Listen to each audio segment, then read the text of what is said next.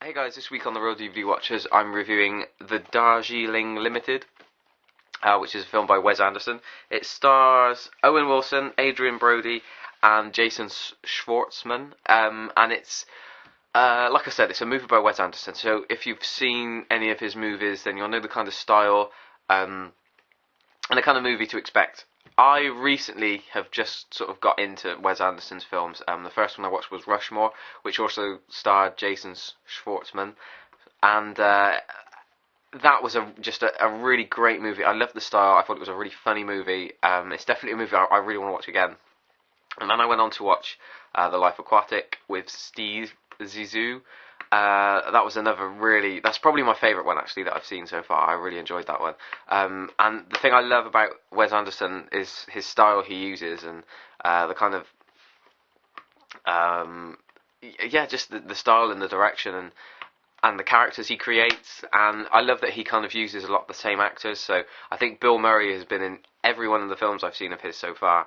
And that's really great too. This movie, though, The Darjeeling Limited, I really did enjoy it. It was a great movie. It was a bit more serious than perhaps some of his other movies.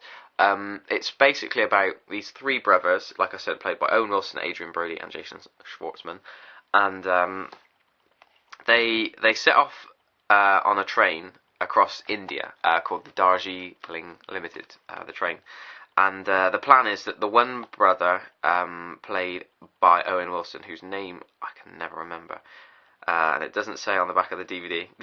But anyway, he was recently in a pretty bad motorcycle accident, which has left him with like a really completely bandaged up face, and he decides that he wants to be close to his brothers again. And I think the last time that they saw one another prior to, when we first see them in the movie, is at their father's funeral.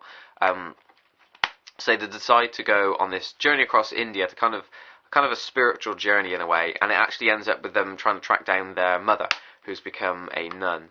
And a whole load of, some really funny stuff happens and some really serious stuff happens along the way, which kind of brings the brothers closer together. And they're all kind of, in some way, trying to run away from something. The one brother, played by Adrian Brody, his wife is pregnant, and you kind of get the feeling that he's not ready to be a father. You've got the character played by Jason Schwartzman, who I think there's actually another movie which is kind of technically called Part 1, which is a short film called Hotel Chevalier, and that only stars Jason Schwartzman and Natalie Portman. Now that's like about 12 minutes long. It's a separate part or separate short film to the movie, but you can actually watch it before watching Darjeeling Limited, which is what I did, and it actually makes a lot more sense if you do.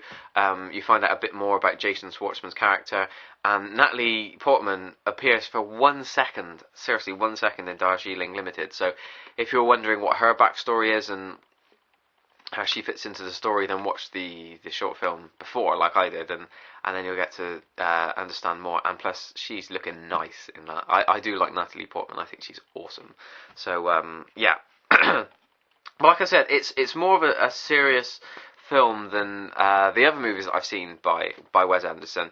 And there is quite there's a scene kind of, I guess, halfway through the film, when the three brothers see a group of kids trying to cross a river on this like raft thing, and the rope snaps. The brothers jump in to help them, and that kind of changes. That's one of the big changes in the movie for the characters, and what happens after that, kind of changes them and brings them closer together. You do get flashbacks to them before they arrive in India, but the entire movie, other than the flashbacks, is set on location in India, and it is a really beautiful looking place, and I think Wes Anderson does an amazing job capturing that in his direction. I love his direction. I love the kind of there's a whole kind of retro feel to it in a way, and a classic feel to it, and just the way he moves the camera, and just the style of his movies. And it's really hard to kind of pinpoint what that style is, for me anyway. But I really do love his films, and I highly recommend going out and checking them out. Darjeeling Limited probably isn't one I'd recommend for somebody who wants to get into Wes Anderson's films and thinking of watching this one first. It's kind of a I don't know. It's kind of a I'd recommend watching something like Rushmore or I think the order that I watched them I really did like. I watched Rushmore first and then The Life Aquatic, and I think that's kind of a nice way to do it. Although Royal Tenenbaums is another really good one. It's not my favourite, but again, that's probably one I'd recommend to watch before this.